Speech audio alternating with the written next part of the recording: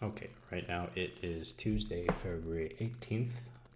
The London session just opened. So I'm sharing a trade on took on at silver just now in the session. So to put silver in frame, this is the weekly time frame. We've been getting some nice bounces on this trend line here, formed once from August and then again from the end of December. So overall, in the very long time frame, silver is lagging the movements in gold recently. So it's still looking to crack $32. It's been bouncing between 32 and 28 somewhat. But if gold is a leading indicator for silver, it should likely continue to break out if gold continues. So looking at the daily here, what gave me confidence to enter this week on silver was last week's price action. So Friday ended in this huge wick right here.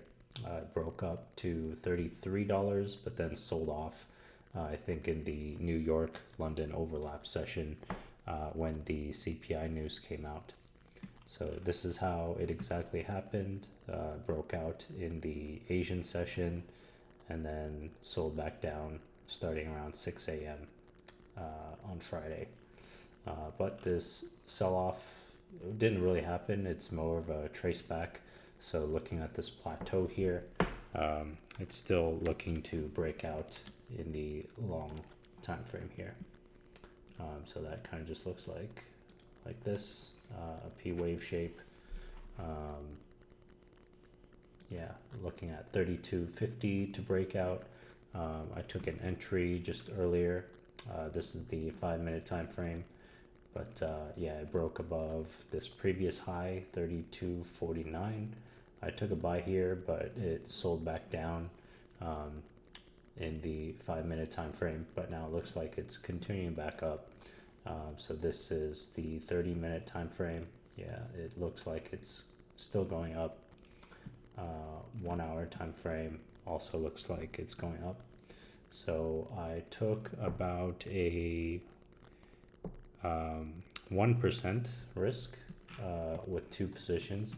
So one stop loss I placed a bit far at 31.08, the other one at 31.65. So just looking at this, one is a more conservative stop loss over here, and the other one I wanted to place below this wick here. So silver, it can be quite volatile. So even in the mid time frames, 1 hour and 4 hour, you see it can sometimes break out and retrace quite violently. But overall on the daily time frame, it does look a bit better. So even though it's 1%, this is a relatively high risk level for me to take on silver. Yeah, if you were to be very conservative, you would probably set a more confident stop loss here at 28.40. But because I saw this breakout once before, I'm willing to place more trust in these wicks here and here at 31.64. So yeah, if it goes to the previous high level at 34, it could happen even within 1 day. If you look at the previous price action, when silver breaks, it tends to break very violently upwards. So this could even happen tomorrow in the New York session. So I wanted to pre-position for that, and I'll keep this risk open overnight. But yeah, this is the near-term price target. But ultimately, if it keeps following the long-term trend on gold, silver could go as high as potentially $47 or $50 here. This was the previous high back in 2011. So let's look at how gold is doing. Yeah, the monthly candle, it's still going to be bullish.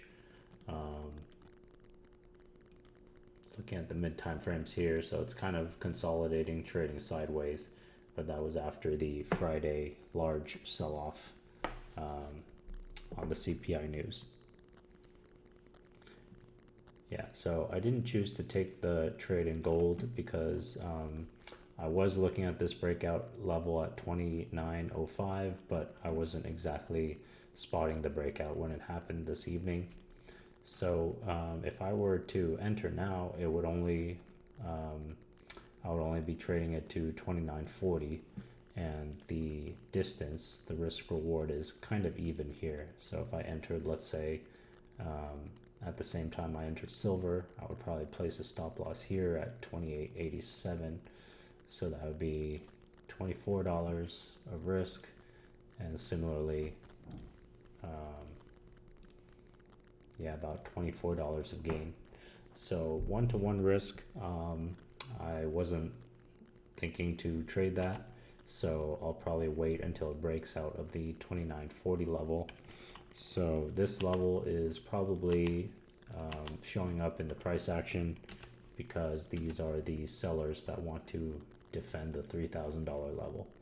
So if this cracks, it could go up to 3,000.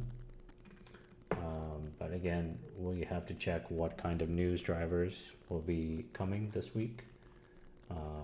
So some US news, FOMC minutes will be coming on Wednesday morning, that's tomorrow. And then some existing home sales news on Friday. Yeah. So some other trades I'm looking at are in JPY. So I was looking at the JPY index. This one here, JPYX. So it was looking to be supported at 743. Again, this is an equal weighted index, so I don't trade this exactly. It's just an indicator, but it did fall back and bounce at this level. So yeah, I was looking at Euro JPY. This could go down. I took a trade on this, but I closed it because it wasn't going very fast, and it kind of looked like it was retracing on the 5-minute time frame. So this trade didn't really go anywhere. I didn't take a gain or loss. But also some interesting setups this week would be dollar Swiss franc. Okay, so dollar Swiss franc is going down now on the London Open. But yeah, it was bouncing back a little bit. So it's been trading in this range from 0.92 to 0.9, we'll say. But what's interesting is,